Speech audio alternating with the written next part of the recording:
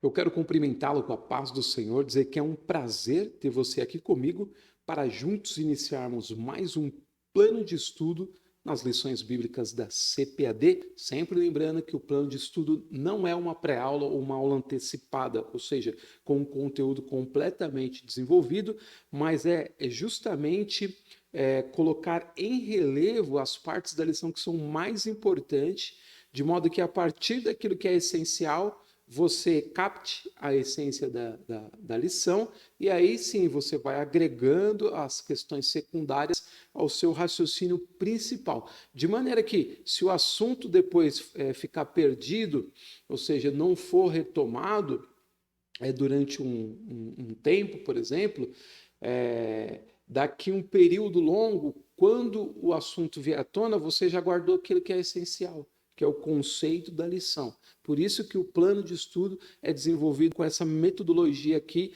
usando os slides e apresentando as questões mais importantes. A gente vai estudar a lição de número 13, a última, o cativeiro de Judá. Olha só, eu coloquei um post no meu Instagram hoje, no Story, coloquei da seguinte forma, no meu perfil eu tenho um perfil da EBD+, que foi criada para esse trabalho, aí eu passei os grupos de WhatsApp, eu passei para as mãos do pastor Rafael Cagé, que ampliou e junto com outros professores e irmãos administra de forma brilhante esse grupo, e eu fiquei com um perfil no Instagram, que é o perfil do @ebd+, como você está vendo aqui no próprio slide, tem o endereço. Coloquei um post lá perguntando para as pessoas sobre o aprendizado dessa lição. Coloquei primeiro um post dizendo que se você é aluno de EBD, mas você não tem métricas para medir o aprendizado que você teve ao longo do período de uma lição, não há como você ter esse dado. Seja, quanto eu cresci nesse trimestre? Quanto eu consegui me desprender ou reduzir a minha dependência dos professores e ter um pouco de autonomia no meu estudo? Se você não tem métricas, você não faz essa medição. Se você não faz essa medição, a revista volta daqui 2 anos e você está com as mesmas dúvidas. E aí eu coloquei lá que as principais métricas para isso são medir domínio do conteúdo e capacidade comunicativa. São 2 métricas essenciais para quem estuda EBD e para quem prega. Então, se você não tiver essa métrica, você fica um aluno eterno ali, ó, repassando lição e sempre tendo dúvidas, e às vezes as mesmas dúvidas sobre aquele conteúdo. Isso é muito ruim, é muito ruim. Então, a gente desenvolve esse trabalho justamente para isso. E aí eu coloquei a questão da métrica, a pessoa tem que fazer, a pergunta que ela tem que fazer para ela mesma é o seguinte, em relação a essa lição: da ascensão de Salomão ao cativeiro de Judá, ou seja, da primeira à última lição, o que de fato eu aprendi. E aí o que você se lembrar desse conteúdo é o que de fato você aprendeu. Se você não lembrar, é porque você não aprendeu nada, você só passou pelas lições. Mas o que vier à sua memória, aí é porque você realmente absorveu um aprendizado relevante. Senão, não tem sentido continuar frequentando sem utilizar métricas. Então, fica aí a dica para você começar a medir o seu crescimento na EBD. Então, essa é a última lição. Os objetivos específicos dela são: apontar os motivos da decadência de Judá; 2, revelar a teimosia do rei Zedequias; e 3, relatar a queda de Judá. Então, é em torno desses 3 objetivos específicos que a nossa lição será estudada, e é em torno disso que você tem que refletir sobre todo o conteúdo. E aí o que eu peço de você é dar o seu like, curte, compartilha esse material para que outras pessoas possam utilizar. Faz algum comentário também, né? Se você gosta do material, comenta alguma coisa. Eu às vezes olho no meu canal e é sempre as mesmas pessoas que estão comentando. E às vezes tem gente que gosta do material, mas não faz nenhum comentário, nem para a gente melhorar. Não estou falando que você tem que elogiar, mas às vezes até algum ponto que a gente precisa melhorar. Os comentários são bem-vindos, porque o nosso desejo é justamente é aprender junto, tá? E não ser eterno professor e você eterno aluno. E aí, o textuário dessa lição diz o seguinte: porém zombaram dos mensageiros de Deus e desprezaram as suas palavras e escarneceram dos seus profetas, até que o furor do Senhor subiu tanto contra o seu povo que mais nenhum remédio houve. Olha que profundo esse texto de 2 Crônicas 36:16, muito profundo mesmo. Se os autores estão, os estudiosos estão corretos, 2 Crônica é escrito também por Esdras. Então ele está contando uma história, mas já com aquela segunda leva de cativos ou ex-cativos, né, que vem do exílio da Babilônia em aproximadamente 458 a.C. Ele vem liderando a segunda leva e muitos autores acreditam, ou muitos estudiosos acreditam, que Esdras é o escritor de crônicas e é ele que coloca esse relato, ok? Muito importante para conscientizar o povo do seu tempo, que já está vindo depois desse período, ou seja, o cativeiro aconteceu, depois Deus sustentou o remanescente, eles estão voltando para Jerusalém, e aí ele coloca isso no livro das Crônicas. Muito interessante. A verdade prática diz o seguinte: todo ser humano se torna cativo de suas escolhas e das consequências delas. Então, aqui é neutro, né, essa verdade prática, porque ela vale para um lado e para o outro. Então, ela pode ser usada tanto em sentido negativo como em sentido positivo, porque se eu faço uma escolha negativa, sou refém dela, mas se eu faço uma escolha positiva, sou refém dela também. Então a gente sempre é refém de alguma coisa. Às vezes é refém de algo ruim, às vezes é refém de algo muito bom. Então, oxalá que sejamos sempre refém daquilo que é bom e que agrada a Deus, ok? E aí a leitura bíblica em classe, 2 Reis 24, 18 ao 20, 25, 1 ao 10, tá bom? Você pausa aqui, faz a sua leitura, depois você retoma. A introdução diz o seguinte: a fase final do reino de Judá foi protagonizada por 4 reis: Joacás, filho de Josias; Jeoaquim reinou por ocasião do primeiro grupo de prisioneiros levados para a Babilônia em 605.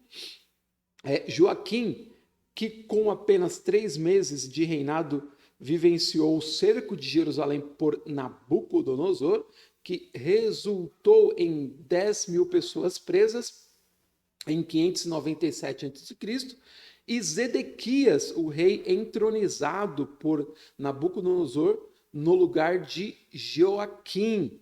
Nessa lição, veremos Zedequias rebelando-se contra o rei da Babilônia, causando um novo cerco que durou 18 meses e finalmente resultou na queda definitiva de Jerusalém. Olha, deixa eu dizer uma coisa aqui. Presta bem atenção nessa introdução. Você que é professor, fala ela de forma pausada e muito clara para os seus alunos, porque é um resumo muito bom que o comentarista colocou aqui sobre tudo que vai ser estudado nessa lição. Está aqui bem resumido e bem colocado de forma sucinta, mas relevante sobre tudo que vai ser visto na lição. E aí a gente tem os tópicos: 1, o declínio espiritual de Judá; 2, a obstinação de Zedequias e sua queda; e 3, Jerusalém é cercada e levada cativa. E aí, a minha sugestão, né, de gestão de tempo em aula para os professores é que você gaste até 25 minutos no primeiro tópico, que você tem 3 subtópicos. Depois você gasta 20 no segundo, porque só tem 2. E 20 no terceiro, porque o mais importante é o primeiro. Então você tem um total de 65 minutos, sobra 5 para você introduzir alguma coisa relevante, fazer um resumo rápido da próxima revista. Então é muito importante para manter a atenção dos seus alunos, tá? E aqui essa dica é para quê? Para que o professor consiga chegar no fim da aula. Porque tem muitos professores que travam na introdução, deixam os alunos trazer questões não relevantes, ou alguns irmãos que têm muito desejo de ser professor, por exemplo, mas ele acaba atrapalhando a aula do professor, porque ele quer fazer colocações sem parar a cada questão que é expressada pelo professor. Então você tem que saber administrar isso. Isso começa por uma gestão do tempo. Irmão, nós temos só mais 15 minutos nesse tópico aqui, então eu preciso avançar, tá? Anotem as dúvidas, conversem comigo depois pelo WhatsApp, e aí a gente vai tirando. Vamos formar um grupo aqui, as dúvidas a gente tira na semana, faz um feedback com todo mundo. É uma solução. Mas não deixa muita interferência que não seja pontual, ou seja, pontual é interferência em relação àquilo que está sendo tratado na lição, lembrando dos objetivos específicos da introdução e do que está nos tópicos, tá? Não sei se vocês perceberam, eu dei uma mudada no layout dos slides aqui, estou trazendo um novo layout para a próxima revista, e aqui já tem alguma coisa dele, tá bom? E aí, olha só, o tópico 1, o declínio espiritual de Judá. Então, ó, as advertências dos profetas. E agora eu mudei o sistema aqui para melhorar o seu raciocínio.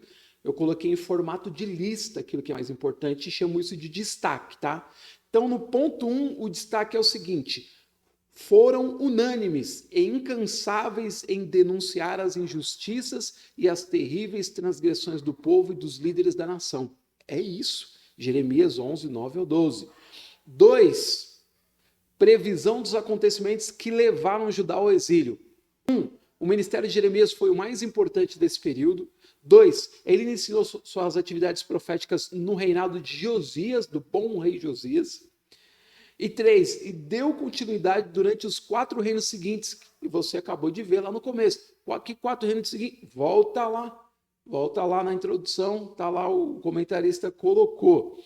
E aí, 3 motivos que levaram Judá ao cativeiro. 1. Desobediência da liderança judaica. 2. Derramaram sangue inocente. 3. Corrupção e injustiça social. 4. Não observaram o descanso sabático. 5. Mataram muitos dos seus profetas. Então está aqui aquilo que é mais importante, os destaques do primeiro tópico da lição, para você estudar veloz e captando aquilo que é essencial. Aí depois você vai agregando, ok?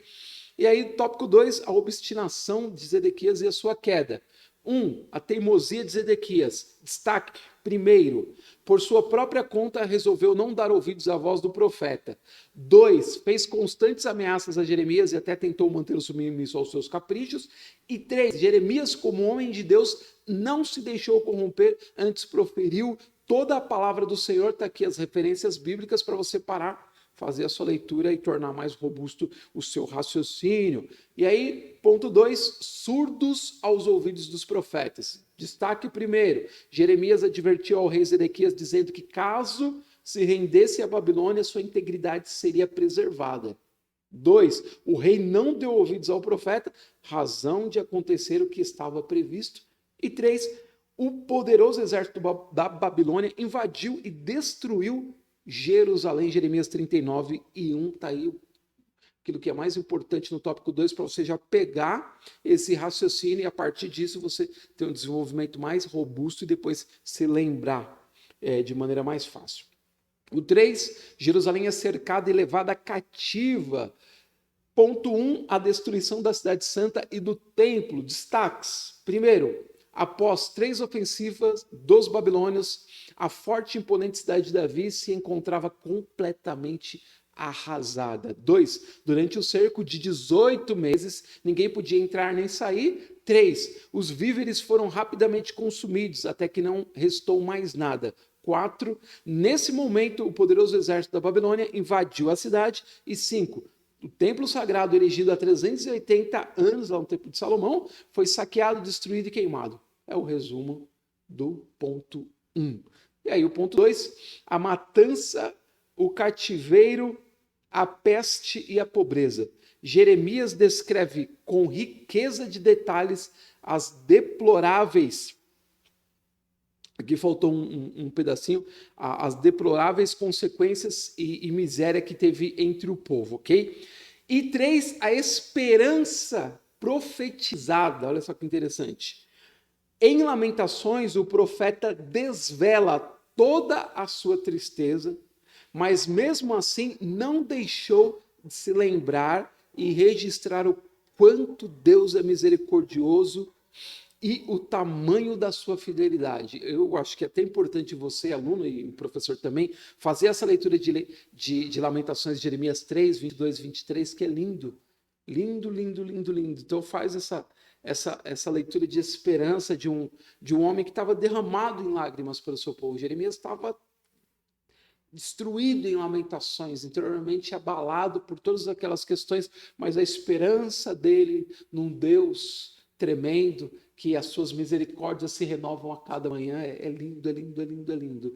Então faça essa leitura e você vai ver a comoção do profeta e quanto é importante a gente manter a esperança no nosso Deus, ok?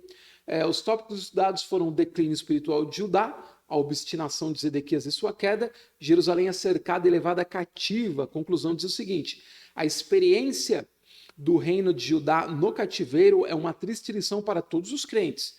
Quando os falsos deuses ocupam o coração de uma pessoa, ela se torna cativa de suas escolhas erradas. A boa notícia é que, pela misericórdia de Deus, Judá retornou à sua terra prometida. Deus ainda usa as suas misericórdias para com o seu povo. Elas não têm fim. Novas são a cada manhã. Olha que fechamento maravilhoso, justamente com o texto de Lamentações 3 e 23. Então, eu trago isso para o presente, para a realidade nossa, de hoje, a prática.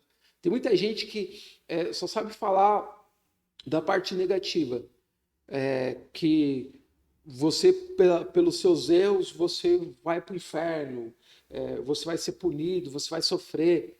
Mas a gente tem que olhar para o lado positivo também, para oferecer esperança. Nós somos falhos, nós pecamos todos os dias. E tem que servir de advertência, mas a esperança tem que também ser ressaltada. Porque desde lá do Pentateuco, desde os primeiros cinco livros da Bíblia, mais especificamente Deuteronômio, quando Deus fala que o povo iria se afastar dele, iria pecar, iria cair, iria ser cativo, iria clamar e Deus ia resgatá-los novamente. Esses ciclos vêm se repetindo ao longo da história de Israel. E acontece na vida de muitas pessoas hoje que servem a Deus. Então, o oferecimento que a gente tem que dar como fechamento da lição é para que, se você está sem esperança, se você está triste, você está magoado com tanto de erros que você tem cometido, eu quero dizer para você que Deus vai te trazer de volta, que você tem que se voltar para Ele como Jeremias, em Lamentações, representando o povo, se colocar na presença de Deus, Ele vai te ajudar, porque Ele te ama, porque Ele quer você, Ele vai fazer de tudo para ter você na presença dEle. Essa é a mensagem de esperança que finaliza. Por quê? Porque é Ele que fez o sacrifício, não é quem está te falando só da parte negativa. Não, Deus quer te resgatar. Às vezes você mesmo, um professor, um aluno de escola dominical, que está prestando o seu trabalho, mas interiormente você está arrasado, você não está em conformidade com a vontade de Deus, e é uma relação entre você e Deus que você precisa acertar. Quer dizer que através dessa lição, Deus quer você de volta na presença dEle para fazer a vontade dEle. Eu espero assim ter ajudado de alguma forma você, professor, você, aluno, para conduzir essa lição e para se renovar através dela e estar pronto aí para o próximo trimestre. Desejo a todos uma excelente aula e, se Deus quiser, nós nos veremos novamente na semana que vem. Até lá!